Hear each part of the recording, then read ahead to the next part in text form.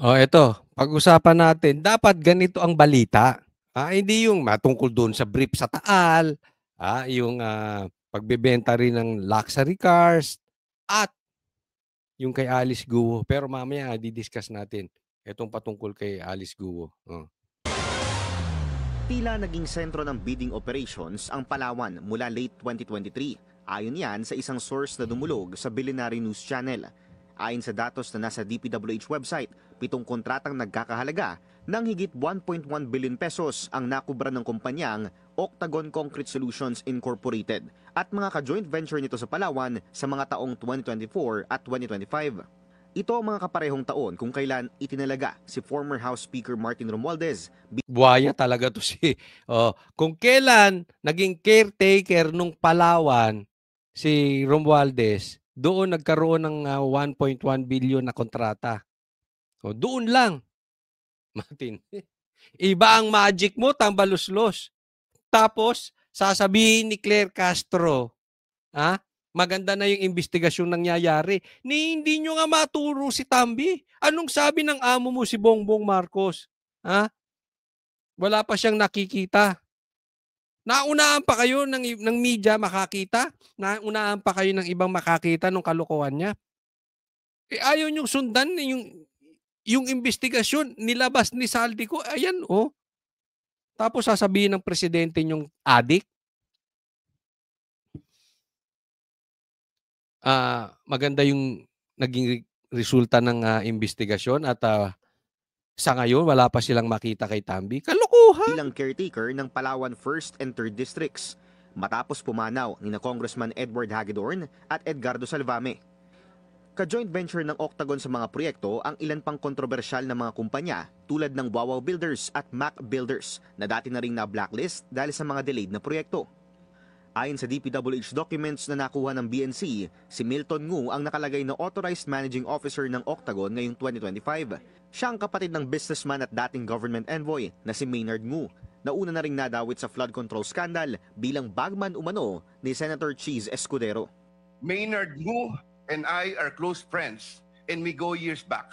Ang galing din ng pag-connect-connect na itong bilyonaryo, no? So, kunwari, binanatan si Tambi Loslos, pero idadamay si Cheese Escudero. Kayong magpinsan, ang mastermind niyan, di umano. Okay? Kayo ang itinuro ni Saldico. Wag na kayo mandamay pa ng iba. He is also a close friend and campaign contributor of Senator Cheese Escudero. Wala naman siguro masama kung campaign contributor. Lahat naman niya mga yan. Sa tingin nyo, si Bongbong Marcos walang campaign contributor? Na gambling lord? Yeah! Si tingin nyo, si Bongbong Marcos walang campaign na drug lord? Tingin ko, tanong nyo. Walang kaibigan ang gambling lord si Bongbong? Kasi yun yung sinasabi, the close friend.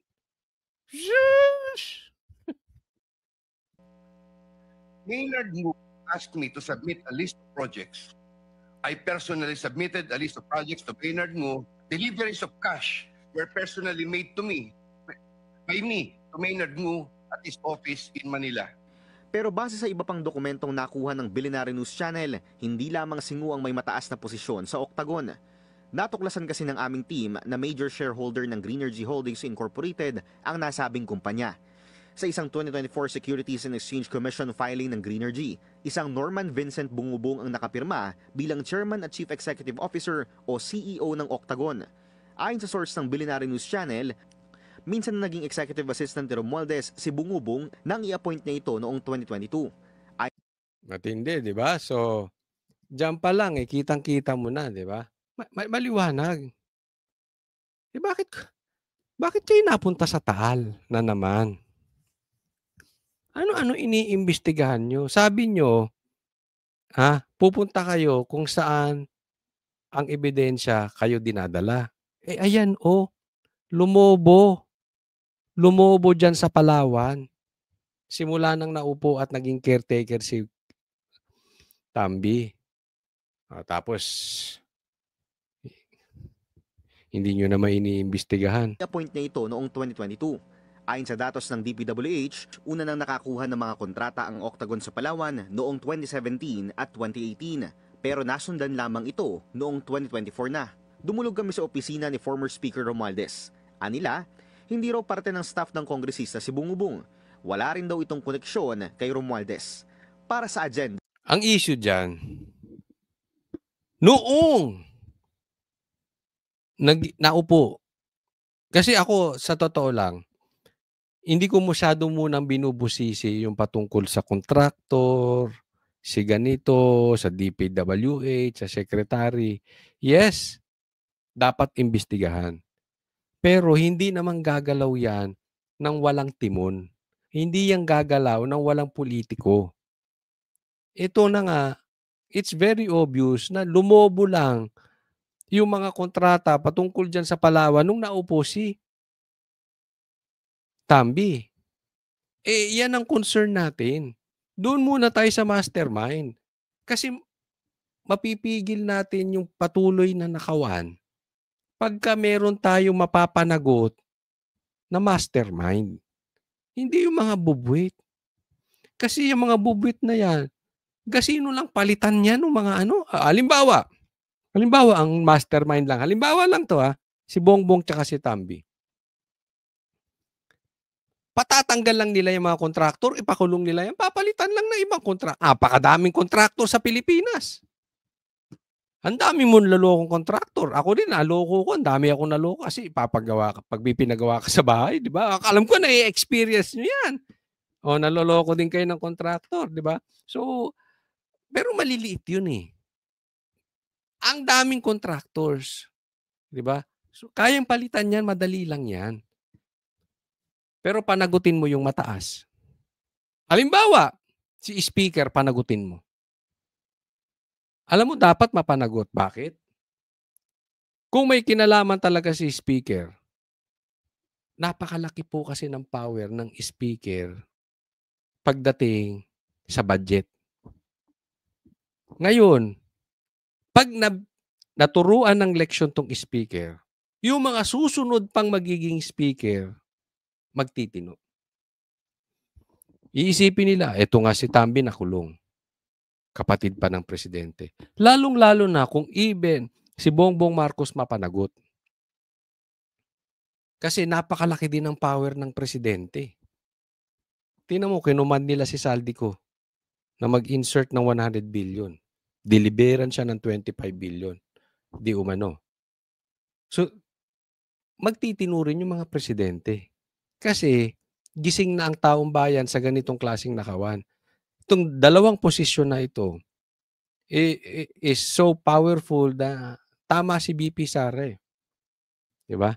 Lahat nung in-announce ng Duterte ay nagkakatotoo. Ano sabi ni BP Sara? Papatayin siya nung tatlo. Si Lisa, si Marcos at saka si Tambi. Yan din ang claim ni Saldico. Papatayin siya nitong mga to. Ano sabi ni BP Sara?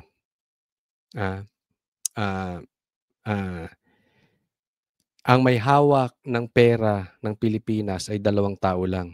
Si Tambi tsaka si Saldi. Diba? Katotoo. Anong sabi ni PRRD? Bangag yan si Bongbong Marcos tsaka si Lisa. Pinatunayan din ni Amy Marcos. No? So, nagkakatotoo eh. Diba? Tapusin na natin tong problema nang matapos yung korupsyon. Pag, tandaan nyo to, sasabihin ko, pag hindi mapanagot ang mastermind, mauulit at mauulit ang problema ng Pilipinas. Palubog tayo. Asahan nyo yan. Walang mangyayari sa atin. Magpapalit-palit lang tayo ng presidente. Halimbawa, matino yung presidente. Magnanakaw naman yung speaker. Maaring hindi katulad ni ganito kalaki kasi hindi pinabayaan talaga to ni Bongbong Marcos eh. Kasabwat pa nga daw. Di umano siya. Pero makakapagnakaw pa rin. Naigigets nyo po? Next po tayo. So, speaking of Tambi-Los-Los, asa na yung investigasyon? Makukulong kaya ang mga mastermind? Yung tinuro ni Saldico na napakalaki. na hinihingi ng magpinsan, iniimbestigahan ba? Yung sinabi ni Amy na health concern niya sa Pangulo dahil ito ay addict, iniimbestigahan ba? Tingnan natin. Sa harap ng mga estudyante, guro at bisita ng UP College of Law BGC, sinabi ni Ombudsman Jesus Crispin Remulla na tinawagan siya ng kanyang brad na si dating House Speaker Martin Romualdez nang maupo siya bilang ombudsman sa gitna ng investigasyon sa maanumalyang flood control projects. Martin is a fraternity brother. Nako. He entered the fraternity when I was the illustrious fellow. So we have a naturally close relationship. We work together in Congress. Ayan, so close sila. Magkasama pa sila sa Congress. So, pagtatakpan kaya ni Boying? O, kayo humusga. Ilagay nyo dyan sa comment section. Sa tingin ninyo, pagtatakpan siya ni Boying? Tingnan natin. I answered this call once because we respect each other. He talked to me. That was before I assumed office, but after I was appointed. And after that, I didn't talk to him anymore because I have to think clearly about these cases. Lumabas yan sa pagtatanong ng ekonomistang si Winnie Monsod sa isang forum tungkol sa flood control controversy. Well, he was trying to explain his side that he had no hand in many things. So, inosente raw si Tambi, sabi niya kay Boying. Naniwala kaya si Boying? That's all I can remember. I don't really remember the specifics. Of course, he was trying to make a case, his case. Pero siguro kung ang tumawag dito, iba sagot ni Boying. Kunwari, ang tumawag halimbawa si Cheese. Halimbawa, ang tumawag dito ay yung Diskaya. Halimbawa, si Tebes. Di ba? Alam naman natin, ang bilis manghusgan ito si Boying. Di ba? Doon sa matagal nang sumusubaybay sa akin, even kay Bantag, wala pang ang investigasyon, meron na siyang judgment. Ganyan kabilis tong mama na ito. Mapanghusga to. Judgmental tong tao na ito. Kaya nga sabi ko, anong klase? At that time, secretary pa lang siya. Paano ka magiging Secretary of Justice? Nangguhusga na kaagad. Hindi mo pa nakukuha yung mga ebidensya. Tapos sasabihin mo may ebidensya ka na. Hindi mo man lang pagbigyan pakinggan muna yung kabilang panig. Ito, hindi. Iba sagot niya. Diba? That had nothing to do with anything. I mean, we just listen. Yun, nakinig lang siya. Halimbawa, ang tumawag sa kanya si Tebes, si Bantag. Hindi. Kasi, eto yan, nakikita namin na ganito, na may blablabla. Kita naman natin di ba? Huwag nyo na itanggi. Yung mga nakasubaybay, alam nyo yan. Iba tono nito. Iba tono nito pagdating kay Boy. So far, sir, kamusta po yung evidence? We're building up something. We're building up something.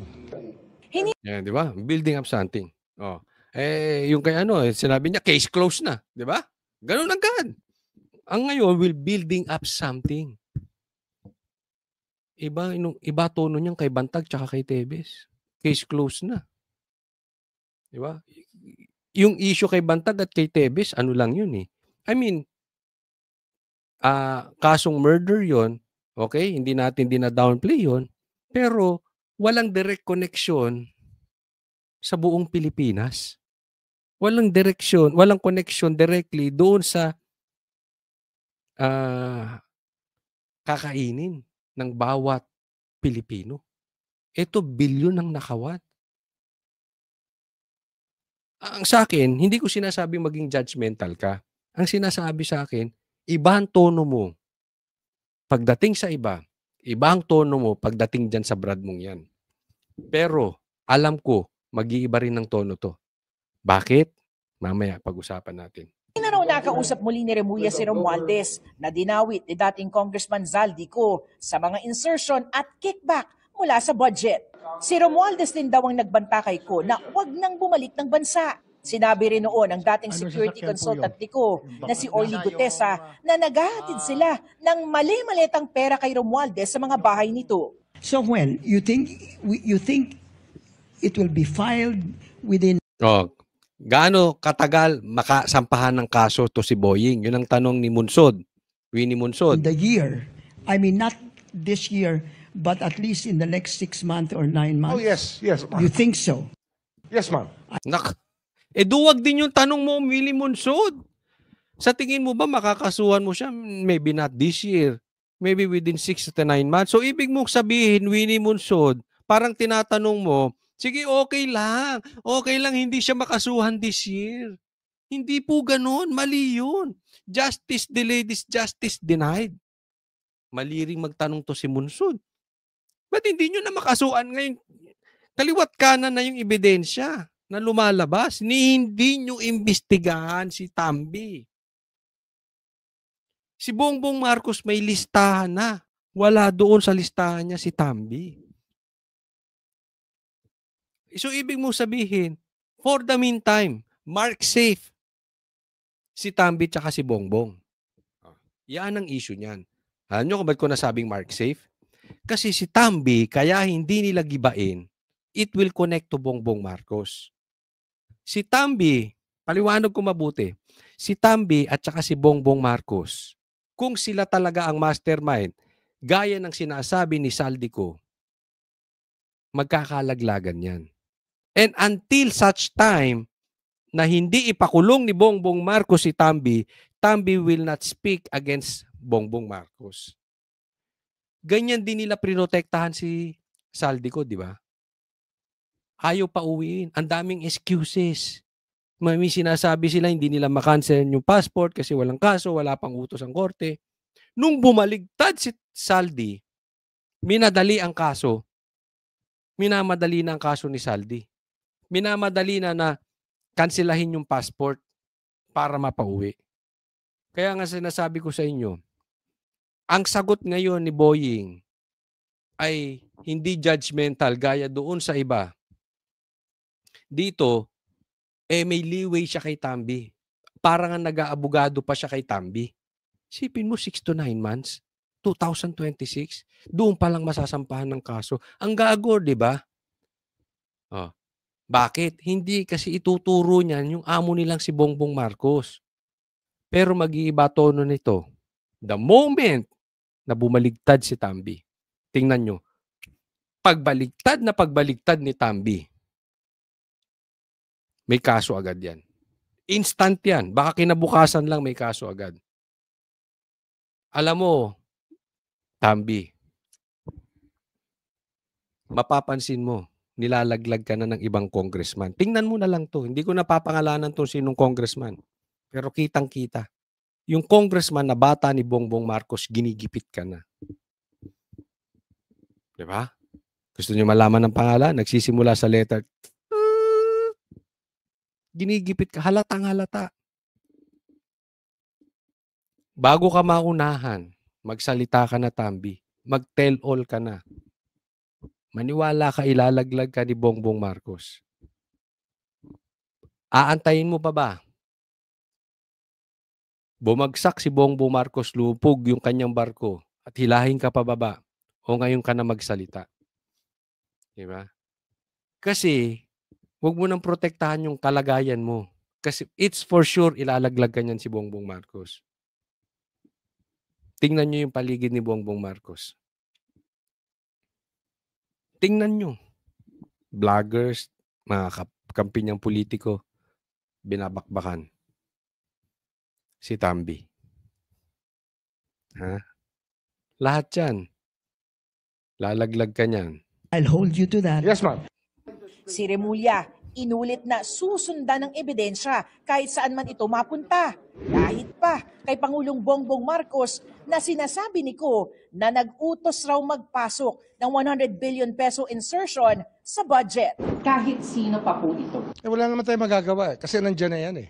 Evidence na yan eh. Tsaka, we are trying to be as transparent as we can be.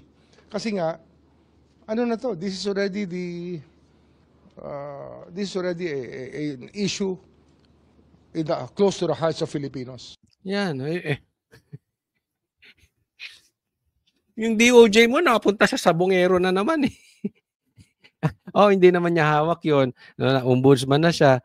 Pero di ba, susundan ninyo kung saan kayo dalhin ng ebidensya. Patungo na dun sa magpinsan. Huwag na kayo maglayo-layo. 'Di ba? Let your yes be yes and your no be no. Magpakalalaki ka, panindigan mo yung sinasabi mo. Papunta na yung ebidensya roon, saan pa kayo pumupunta? Ang tagal nyo pang imbestigahan. Meron na bang nag-iimbestiga kay Bongbong? Tanong lang, di ba? Yun lang naman eh. Meron na bang nag-iimbestiga kay Bongbong? Meron na bang nag-iimbestiga kay Tambi? Diba? Pero doon ang tinuturo ng ebidensya. Pati sa Senado, doon ang tinuturo ng ebidensya. Anong ginagawa nito si Ping Lacson? Nag-aabogado. Pare-parehas kayo eh. Hindi ko naman kinuha yung opisinang to para magtakip para kahit kanino. Nako! Panindigan mo yan. Hindi daw kinuha yung opisina para magtakip para kanino. Para ka rin si Pinky Lacson. Pare-parehas kayo ng balat. Kayong tatlo, saka si Claire. Takipan kayo ng takipan. Para kahit kanino. Pero sa ngayon, aabot na ba ang mga ebidensya hanggang sa Malacanang? Wala pa akong nakikita sa aking mga mata. Yun, diyan palang maliwanag na. Aabot, pero aabot ba ito sa Malacanang? Wala pa. Wala pa siyang nakikita. O, di ba? Hindi gaguhan. Alam mo, Boying, dapat yung binanggit nung kapatid niya na adik si Bongbong, yung palang iniimbestigahan nyo na rin eh. Hindi siya fit na rin doon maging presidente. Di ba? Sabihin nyo, wala namang koneksyon sa nakawan. Hindi, meron pong koneksyon yun. Dahil kung may diferensya ang presidente, he is not fit to lead. Talagang ang mga nakapaligid sa kanya magnanakawan. Make it worse, nainggit siya, pati siya magnanakaw na din. And seemingly, ganyan po nangyayari ngayon. Yung mga nakapaligid, kanya-kanyang nakawan. Hindi ba? Ganyan na nangyari sa Ghost Projects. Kanya-kanya silang nakawan. Even yung mga sekretary, kanya-kanyang nakawan. Hindi natin alam kung nainggit si Bongbong, nagnakaw na rin siya, or siyang pasimuno ng nakawan at ginaya lang siya. And we strongly believe that may connection yan dun sa kanyang mental health. Bakit? Hindi nyo man lang, wala man lang isa sa inyo na nagtanong, kailangan na ba nating imbestigahan yung presidente? Paano kung nagsasabi ng totoo si Amy at binaliwala ninyo? Di naging kasangkapan kayo sa kasamaan? Pero kinakailangan, pag-aralan lahat yan. Hindi pinag-aaralan, iniimbestigahan. Ito si Boying parang ano eh. Ba't mo pag-aaralan? Imbestigahan nyo. Kung may nakita kayo, di meron. Kung wala, di wala. Ano ang pag-aaralan nyo? Ano yan? Law school? Pag-aralan lahat yan. Binunyag din ni Remulla na may investigasyon na sila kay dating Pampanga 3rd District Representative Aurelio Dong Gonzales Jr. Yung kanyang construction company at mga projects. Siyempre, yun naman yun eh, di ba? Bakit yung construction company ni Tambi, ayaw nyo imbestigahan? Di ba? Yung tumaas yung mga flood control projects under him. Ba't di nyo imbestigahan? It's not just about flood control. It's about other illegal interests, unlawful interests. 10 contractors o mga dati o kasalukuyang kongresistang may koneksyon sa mga kontratista ang kanilang isinailalim sa motu proprio investigation. People didn't believe that there will be any accountability whatsoever and they were violating the law. Harap-harapan. Kasi nga walang nanguhuli eh. Tapos ganyan ginagawa nyo yung investigasyon. Ang gusto nyo managot yung mga bubuit, yung mga butete, yung mga bulate. Di ba? Kaya harap-harapan, magpapatuloy yan. Nakita nyo na nga nangyari, binalita natin. Na ginawa ni Tambi, hindi nyo pa rin makita. Nasa balita na ng bilyonaryo, panoorin nyo. Bawal yan eh. It's a prohibited activity. It's a conflict of interest thing that is found in so many laws on corruption. Para sa GMA Integrated. Yan, itong mga kalokohan, itong mga ito. O, next topic po tayo. Eto, nakita ko lang to sa Facebook, no? At gusto kong bigyan ng komentaryo Kasi napakaganda ng tanong nitong reporter na ito. At dito malalaman natin kung ano na ang nangyayari, ha, sa palasyo. Kasi may mga nagsasabi may sampalan daw, may awayan, may stress sa palasyo. Hindi ko alam kung anong totoo. Pero may mapipick up tayo dito sa tanong na ito. Pag-usapan natin. Does the president feel compelled to personally and directly confront the allegations against him?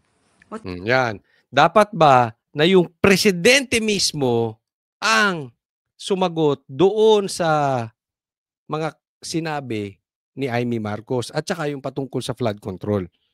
What do you mean? Yung siya po mismo. Tingnan nyo yung aura ni Claire. Parang galit na naman. Yan po ang nakikita naman natin Kayo humusga. Look at the stress of Claire Castro. Di ba? Yung asong-aso dating, pagka kinalabit mo yung kanyang amo, kakagating ka. Nangangagat siguro to si Claire, no? Pero diyan mo mararamdaman na meron na talagang tension. Di ba? That we really have a problem. Na nasusukol na sila na malaki problema and naiipit na sila na wala na silang no enough room to move around. Kaya pumuputok na itong si Claire. Yeah? Nakita nyo naman kung paano siya nag-react kay Tikia, di ba? As simple as that. Wala na Sasagot. Ano bang dapat sagutin? Well, corruption. Ano ba dapat sagutin? Tingnan nyo, gagarito si Claire. Pagpatungkol kay Bongbong Marcos, parang wala siyang alam. Di ba? Pagbastusan, madaming alam. Sagutin. Well, corruption allegations and the allegations of drug use. Ayun, corruption sa flood control, ghost projects, at yung aligasyon ng kanyang kapatid mismo. Hindi ba dapat si Bongbong sumagot? Tingnan nyo kung paano sasagutin ni... Sino po ba ang nagbibigay ng aligasyon tungkol sa korupsyon? Ang sinabi ni Zaldico, pauwiin po natin siya dito, ibigay niya ang tamang mga dokumento niya kung meron siya, at saka po natin sagutin ang inyong katanungan. Ayun. So, dapat umuwi siya rito, ibigay yung dokumento. Ang sinasabi pa nila para mag-take ng, dapat under oath siya, na ipinipresenta yung kanyang mga ebidensya. Yun namang under oath pag nasa korte ka na Ito sinasabi pa lang, imbestigahan nyo na si Bongbong Marcos. Wala pa namang nakasampang kaso, kaya hindi kailangan under oath. Imbestigahan nyo lang. Hindi naman natin sasabihin guilty si Bongbong Marcos ng nakawan. Imbestigahan lang. Yun naman ang issue Ba't tayo nyo imbestigahan? So, kay Zaldico, pinauuwi niya. Patungkol naman sa drugs. Pero ganun pong hindi siya magbibitiw ika ninyo. But how is this going to affect his governance? Kasi whether true or not, meron po itong impact, for example, maybe sa international community or maybe domestically, meron pong mga nagdududa sa mga aligasyong ito. Very good question. Okay, yung aligasyon tungkol sa drugs at aligasyon patungkol sa corruption ng kay Bongbong Marcos, especially yung sa drugs, may effect po to international. Sa katunayan, pinag-uusapan na po to sa ibang bansa. Kasi kapatid mismo. So, kahit anong downplay ni sabihin nitong si Claire, hindi niya mauuto. Matatalino po mga Pilipino. Hindi niya kayang utuin na hindi po ito makakaapekto. Nakaapekto talaga to. Lalong-lalo na si Bongbong Marcos ayaw sumagot. Ang pinasasagot niya si Claire. Diba? I mean, para sa isang lalaki, that is so low. Diba? So, pinag-uusapan international. At may dating po yan kasi wala na mag-i-invest sa atin. Walang tutulong sa atin galing sa labas. Yung inaasahan nga natin na tutulong pagdating sa natural disaster na EDCA, hindi na tayo tinulungan. Yung iba nga binabawi na yung kanilang investment dito sa Pilipinas dahil sa korupsyon. So kahit anong sabihin ni Claire na wala tong epekto sa ating bayan, pareha sila ng amo nilang sinungaling. Meron po tong epekto, wag nyo kaming lokohin. Ang mga magdududa lamang dito ay yung hindi gagamit ng kanilang isipan para Aray! Ako naman, nasakit!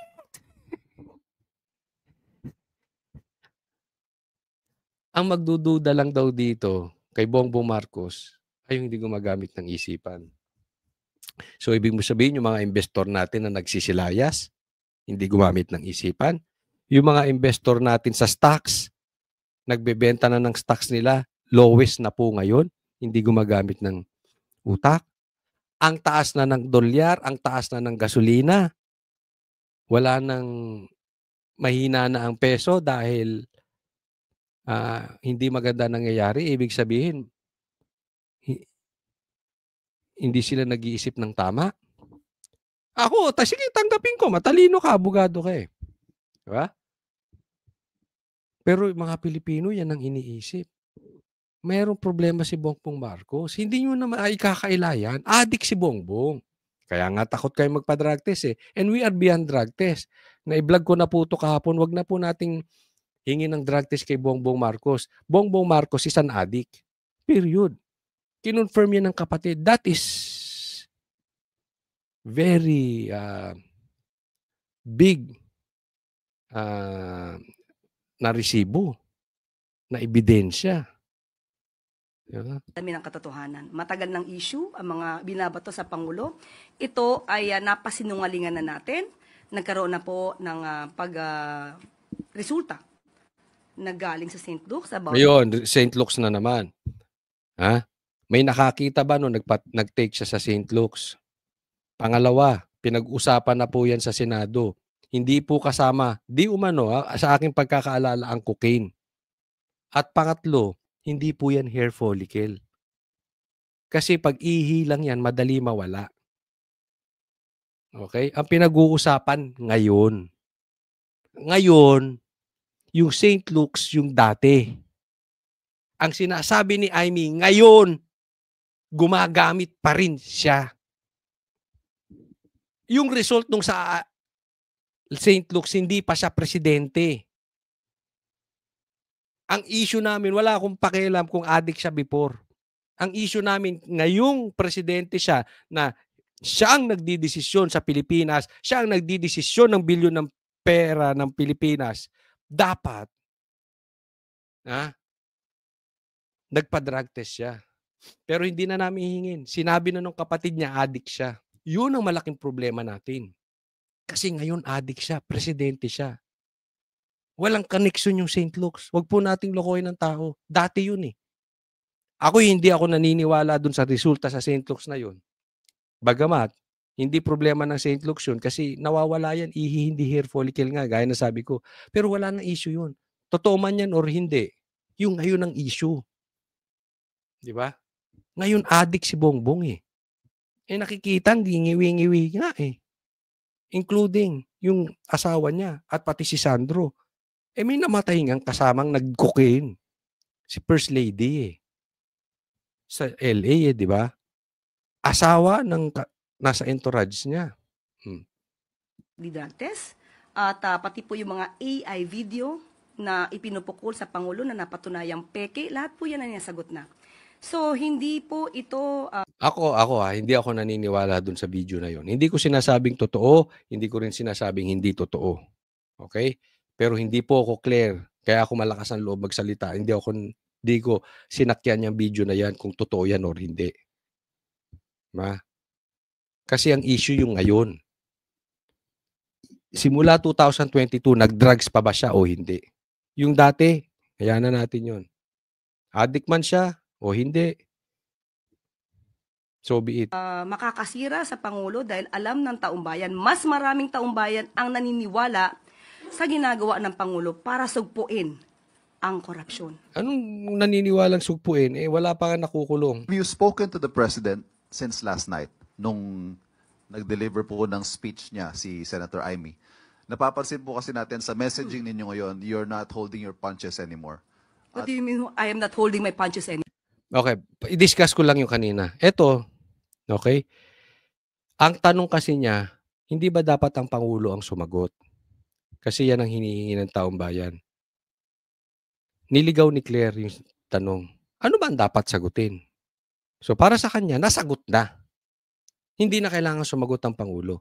So dito pa lang, inaamin na ni Claire na duwag ang Malacanang sumagot sa mga malalaking issue ng bayan natin. Na may problema ang palasyo. Dahil hindi nila kayang mag-lead.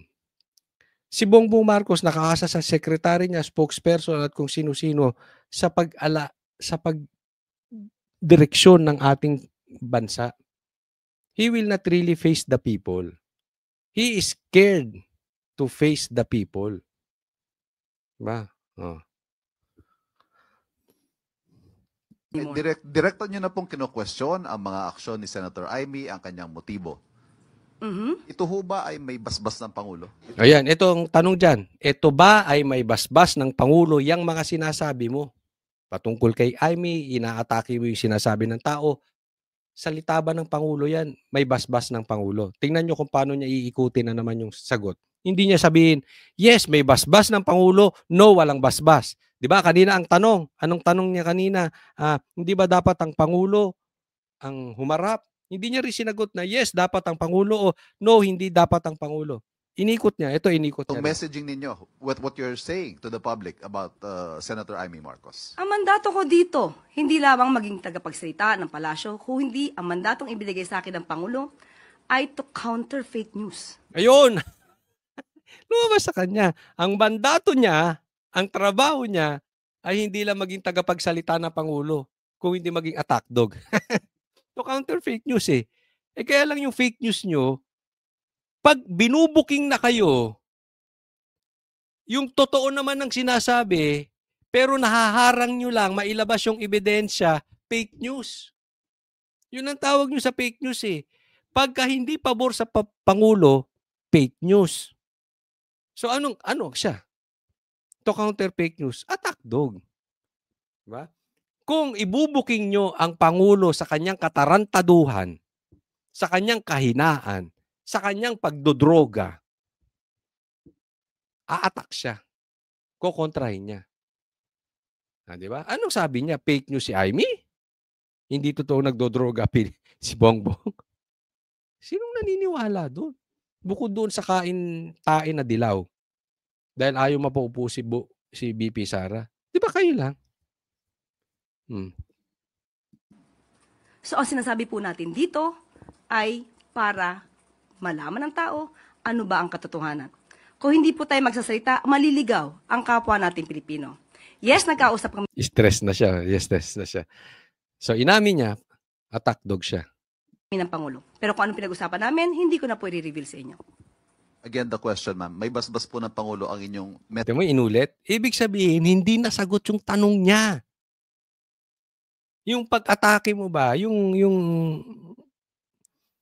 mga pinagsasabi mo, may basbas ba ng Pangulo? Kasi ang gusto naming malaman, yung sinasabi mo, ikaw lang ba yan as a vlogger? Ikaw lang ba yan as Attorney Claire? O si Bongbong Marcos yan? Hindi mo nasagot eh. Kaya tinanong ulit. messaging dito tungkol kay Senator Amy. Anong messaging po ba ang sinasabi? Madami na po ako sinabi. Yung messaging na addict yung kapatid niya. Ang gaga!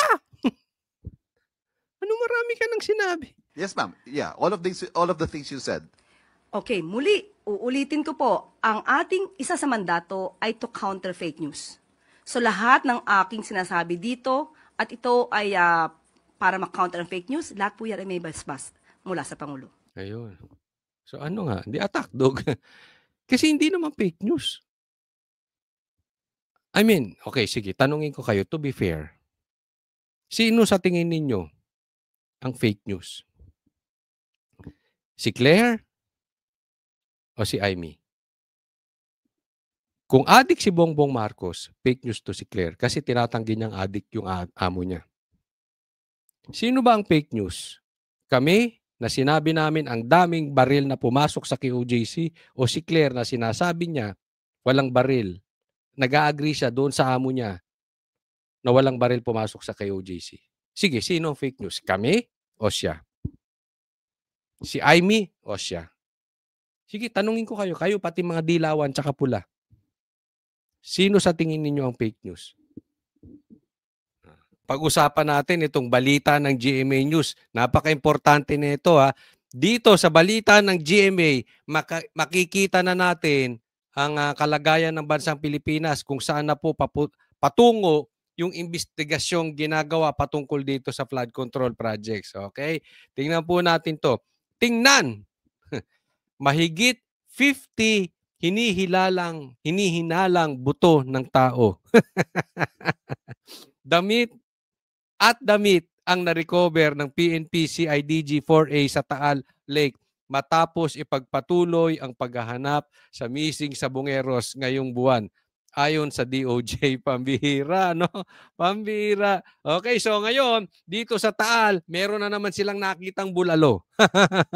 Oy, hindi po natin pinagtatawanan na yung kung meron mang namatay dyan sa Taal. Kaya lang po tayo tumatawa kasi hindi po tayo naniniwala na ito ay buto ng tao. Ito ay bulalo. Alam naman natin, uso yung bulalo dyan sa Tagaytay, di ba? Baka itinatapon lang. Kasi nabalik na naman tayo sa sabungero. Pambihira, oh. Ang tagal na nitong nawala, itong patungkol sa sabungero. At tingnan nyo, ito yung mga buto. Oh. Yan. DOJ mismo ang nagpakita niyang picture na yan. Oh, nako, may brief pa, pambihira. Oh. Ay, wag na nga natin ipakita yun kasi baka ma-flag pa tayo. No? Pero nakita nyo. Okay? Ito po ang kalagayan ng investigasyon ng bansang Pilipinas. Oo. Ang dami pong balita ngayon. Isa po itong nawawalang bulalo. May natagpuan sa Taal. Isipin mo ilang taon na yung nakalipas doon nawawalang sabungero. Naghahanap sila dyan. May makikita pa kaya ginawa na nila dati yan eh. May nakita silang buto, hindi naman buto ng tao. Ngayon meron na naman, may brief pa. O syempre, bakit may brief? O sa tingin ninyo, anong connection, bakit may brief? Para pag-usapan. O, hindi ba pinag-uusapan natin ngayon? Ha? Inililihis. Itong gobyerno na ito, lahat ng paraan, ililihis nila. Una pa lang to ha. Oh, bigla-bigla na lang, may buto ng tao. Bukod dun sa nililihis nila sa ibang politiko, alam naman natin, pati nga walang kinalaman na si VP Sara gustong idawit dyan sa flood control. Di ba? Inililihis yung usapin kay VP Sara. Meron pa ang reporter na tatanga-tanga. Inililihis kay VP Sara yung usapin ng nakawan sa Ghost Projects. Kaya barado kay Attorney Vic, napanood nyo na yon. Ganyan po katindi. Even media, kinakalantari ng palasyo. Oh, bakit? Para hindi makaupo si VP Sara. Oh, ngayon buto. Oh. 'Di ba? So alam natin itong lahat ng ito. Kaya po, ito ako'y magsasalita lang at makikiusap sa inyo. Kung gusto nyo talaga na mahuli ang mastermind, ako hindi naniniwalang mastermind kasi may nakausap akong vlogger. Oy, sabi, Coach, walang mastermind. Meron magnanakaw. Lahat sila kanya-kanyang nakaw. Sino ang makakapagnakaw at kayang magnakaw? Magnakaw. Oo, galing yun sa kabila. Hindi ako naniniwalang may walang mastermind. May mastermind. Yung iba lang, pangalawa sa mastermind, may pangatlo, pero meron niya, may kumukumpas dyan. Kaya kayo mga Pilipino, mga manunood, kung talagang gusto nyong matumbok natin ang mastermind, huwag tayong papalihis sa kung ano-anong balita. Bukod doon sa gusto nating malaman kung sino yung mastermind, yung ghost projects na yan, yung nakawan na yan, itong ganitong klaseng balita, gustong patayin yung pinasabog ni Amy Marcos. We have a problem because compromise ang health ng presidente. Kapatid niya na mismo nagsabi, walang motibo si Amy para siraan yung kapatid. Nakita niya mismo eyewitness siya. First hand. Siya mismo. naglilinis ng kalat ng mga droga nitong kanyang kapatid. So kung gusto natin na maayos ang bansang Pilipinas, huwag tayong papadala sa mga ganitong balita. Pag-usapan lang natin saglit, pero balik tayo doon sa problema ng Pilipinas. Anong problema ng Pilipinas? Ghost projects at compromise ang health ng presidente. That's the main problem. And until hindi natin nasusolusyonan yung problema na yan, itagaan nyo sa bato. Ang Pilipinas, lulubog at lulubog. Hindi na po tayo maaayos. Okay? Next po, tingnan natin ito. So, pinag-uusapan po natin yung investigasyong ginagawa sa ghost projects at saka yung health ng ating presidente. Puntahan natin asa na tayo ngayon. Kasi dito, matitimbang natin, depende po sa sagot ni Claire. Okay, maraming impormasyon to si Claire. Marami. Pakinggan po ninyo, no? Denied that he resigned out of his own accord. So ano po yung totoong reason kung bakit po siya tinanggal at sino po yung nagpatanggal? Muli, Ito yung patungkol dito sa bakit sinabi na nag-resign si Bersamin pero hindi naman pala. Okay, so nag-fake news si Bongbong Marcos at si Claire Castro. Okay, tingnan natin, pinag-e-explain nitong nagtanong, magaling tong nagtanong pinag-e-explain kung bakit. Tingnan natin ang sagot ni Claire. Binanggit na po natin ang ating sagot at sila nagkausap na po at sinabi nga po natin, pabayaan na po natin at sila naman po ay nagkausap na. Ang gaga! Pabayaan na lang ganon-ganon? Tingnan mong kalukuhan talaga ng ng Malacanang. Nitong dalawang itong si Bongbong. Itong itong magkapatid. Ito sila ata magkapatid, si Bongbong at saka si Claire. Pag meron silang kapalpakan, pag meron silang fake news, hayaan na natin sila. Palagpasin na natin. Bastos no? Bastos. I'm sorry, hindi namin pwede pabayaan because the taxpayers who are funding the government and are actually paying the salaries of this administration is actually asking for the truth from the palace. Bakit? Yan ang pambihira. Yan ang mga tanungan. Kasi ako, inis ako dun sa mga nagtatanong na parang hindi naman nagtatanong, kinakampihan lang di ba? Ito tanong. Hindi po pwedeng pabayaan natin yan. Gaga! Wala lang gano'n, walang gaga. Hindi natin pwedeng pabayaan yan. Nagtatanong yung taong bayan na nagbabayad ng sahod mo, Claire, na nagbabayad ng sahod ng presidente ng kinukurakot nyo. Hindi po pwedeng tingnan mo kung gaga nitong mga ito. Pag sila nagpe-fake news, tulad ng ginawa nila sa Kingdom of Jesus, sa KOJC, we were there. Nakita namin. Ang daming barel ng mga pulis. Naka-live kami. Nakita ng even ng mga media. Mainstream media na kakampi nyo rin, mga gaga. Tapos sasabihin walang barel. They didn't even ask for an apology. Nag-fake news kayo, hindi man lang kayo nag-sorry. Tapos eto na naman kayo. May fake news kayo kay Bersamin, gusto nyo pabayaan lang ng taong bayan. Di ba? Ganyang kakapal ang mukha niyang presidente nyo. Isipin ninyo, adik na, ang taas pa ng tingin sa sarili. Parang wala kayong pakialam sa desisyon ko. Hindi pwedeng ganun. Po natanggal yung executive secretary at sino po yung nagpatanggal sa kanya? Bakit natanggal yung executive secretary at sino nagpatanggal? Tingnan nyo kung anong isasagot ni Claire. Hindi ko pa masasabi kung sino po nagpatanggal sa kanya. Ay gaga! Wala ka talagang alam. Eto si Claire, pag patungkol kay Bongbong Marcos, walang alam. Pag patungkol sa information na nangyayari sa bayan natin, walang alam. Pero pag bastusan, daming alam.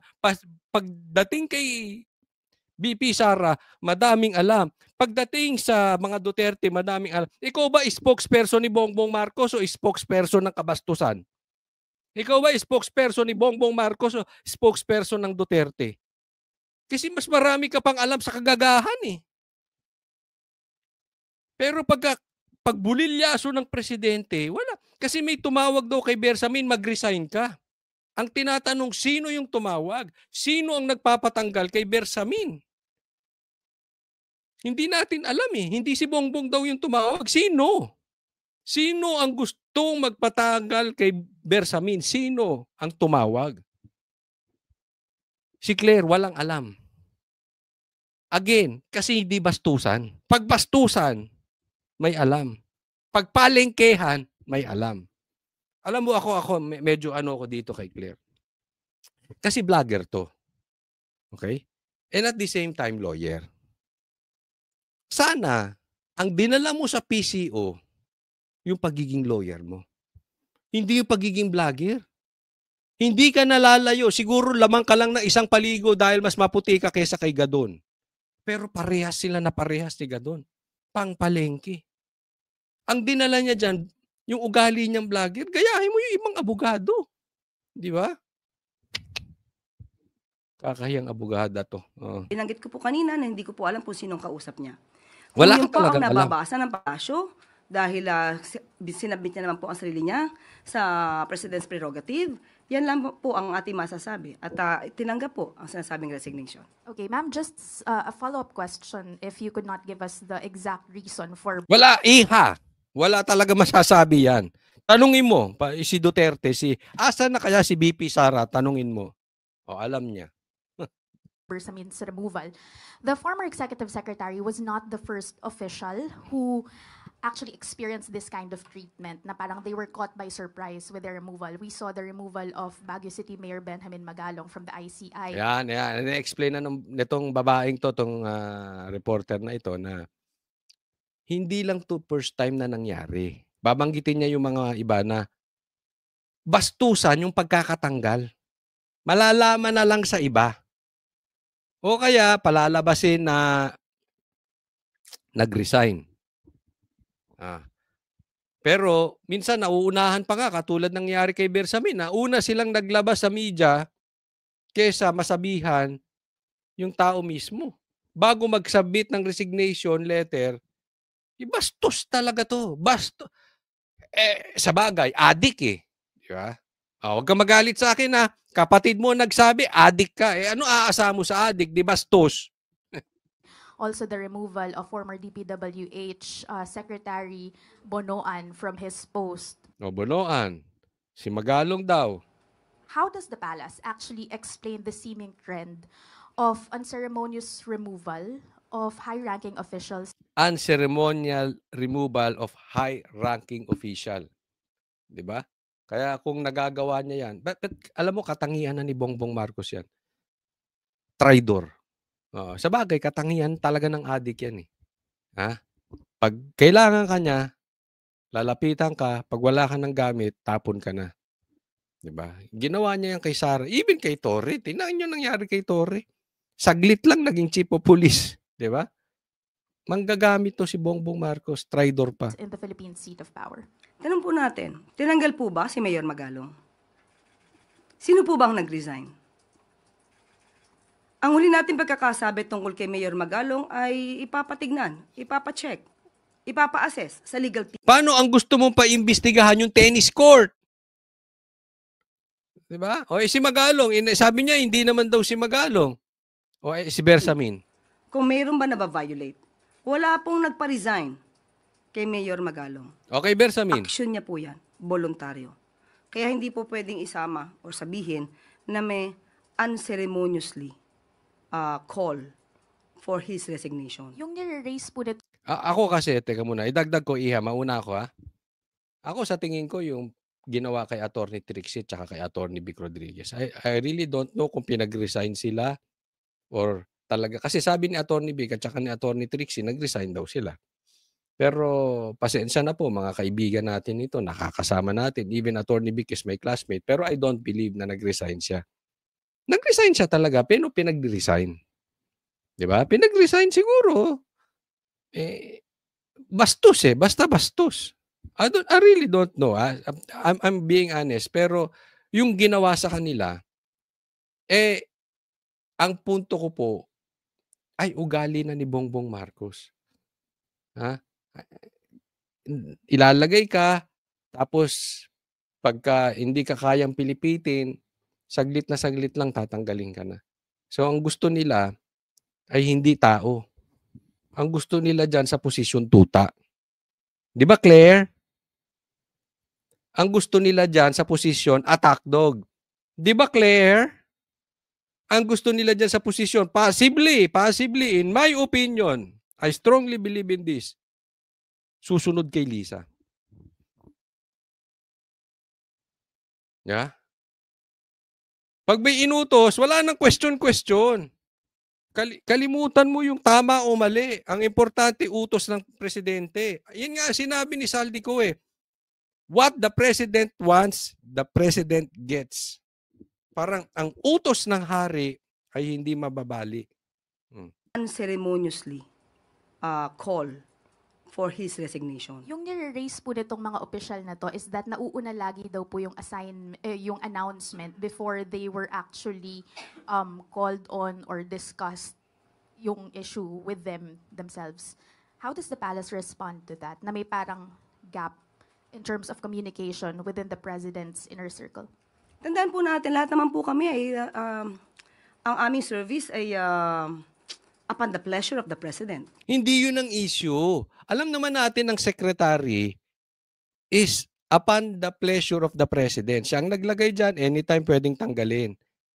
Ang pinupunto rito ay yung makatao na hindi naman traiduran. Yung makatao na bigyan nyo naman ng magandang exit. Hindi yung bigla na lang kayong tatanggalin tapos walang pasabi tapos na ina-announce na. Di ba? Ako, Claire, ito lang ha.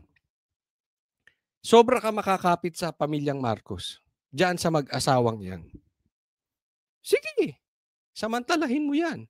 Kasi vlogger ka eh. Di ba? So samantalahin mo yan. Kumikita ka dyan. Go. Trabaho mo yan eh. Inuunawa ka namin. Pero yung nangyayari sa mga yan, mangyayari din sa'yo. Di ba? At unang-una kaming tatawa sa'yo. Kasi babastusin ka rin. Huwag kang umasa. Ha? Na malaki na tulong mo sa presidente.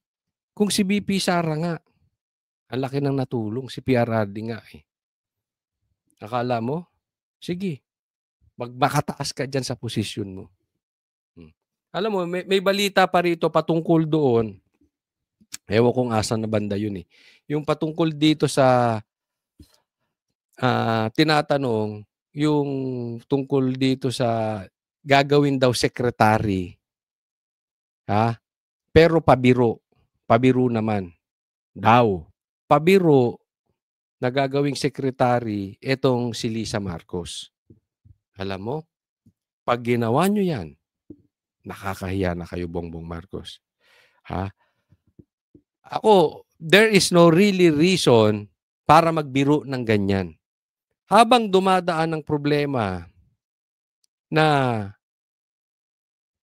tinawag kayong adik, kayong mag-asawa ng iyong kapatid, tapos magbibiro ka na gagawin mong sekretary, yung adik, di umano. Ayan po talaga ay kahit biro wala sa lugar. Parang hindi nyo na sinasagot si Amy patungkol sa pagiging adik mo, wala kayong plano magpagamot, tapos gagawin mo pang sekretary. Biro man o totoo, hindi maganda. Pero ang higit sa lahat na nakakasama ng loob dyan, kung ito ay totoo gagawin mong sekretary, sobrang kapal mo na. Ha? Ako, hindi ako maniniwala na pag ginawang sekretary si Lisa, hindi niya binungangaan yan. Oy! Parang ganon. Tinawag akong adik ng kapatid mo. Gawin mo akong sekretary. Ibig sabihin, may pressure from Lisa. If ever lang, totoo maging sekretary. Wala pong rason para gawin siyang sekretary kung hindi niya binungangaan yung asawa niya. Yun lang rason nun. First time in the Philippines ata mangyayari yun, ano? May nangyari na ba doon? Pero makapal ang mukha nun kung gagawin mo yun.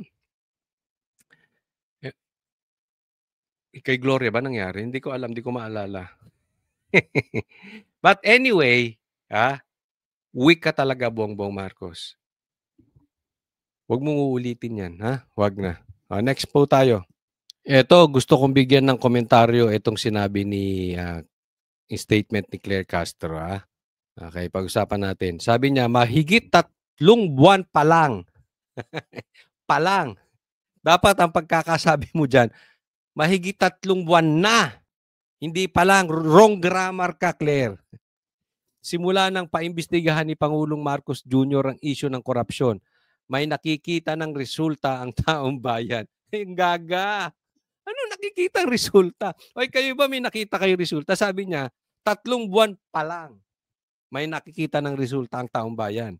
Kung ako magsasabi niyan, 3 buwan na wala pang nangyayari sa investigasyon. Anong nangyari? Sige nga, anong resulta? Kasi lumabas yung di ba diniscuss natin yung patungkol sa buto. Lumabas.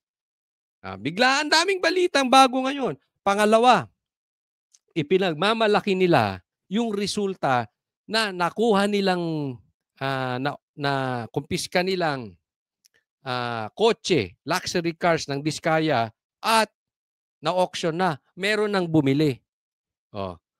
Kung yung bilyon nga nananakaw, sabi nga ni Saldico, humingi nga ng 25 billion di umano si Bongbong Marcos. Yung bilyon nga nawala. Hindi nga natin alam kung may patutunguhan yung perang pinangbili. Saan nyo dadalahin yun? Una, sinong bumili? Legit ba yung bumili? Pangalawa, kung legit man yung bumili, saan mapupunta yung pera? At sa tingin ninyo, maniniwala ang taong bayan na hindi rin mapupunta sa inyo yung pera? Sinabi ni Bongbong, hindi niya makita yung blank items. Di ba? Walang insertion pero pinirmahan niya. Di yan ay sadyang lokohan. Tapos, anong may nangyari na? Wala pang nakukulong. Wala pa puro bubuwit. Ang tangan nyo ba? Ganyan kayo kagaga? Anong nangyari? Yung kontraktor? Sa totoo lang, wala namang magagawa yung kontraktor. O halimbawa ako, hiningad ako ng proyekto, kontraktor ako. Sabi 50 million. Gawin mong 70 million yan, 80 million, akin yung 30. May magagawa ba yung kontraktor? Meron siguro, hindi siya papayag. Pero syempre, kailangan din niyang kumita. Pero yung ninakaw, hindi naman napunta sa kanya eh. Doon sa mastermind. Bakit? Ipinagmamalaki nyo. Ako tanongin ko kayo. Sige, sa mga nanonood. Happy ba kayo sa nangyayari ngayon? Yung pinagmamalaki ni Claire na may nakikita ng resulta ang taong bayan. Yan ba yung inaasahan yung resulta ng investigasyon? Anong iimbestigasyon? Yung buto sa Taal na may brief? Talagang pinaiingay nila yan. Kaya nga may brief pa yan eh. Para maingay.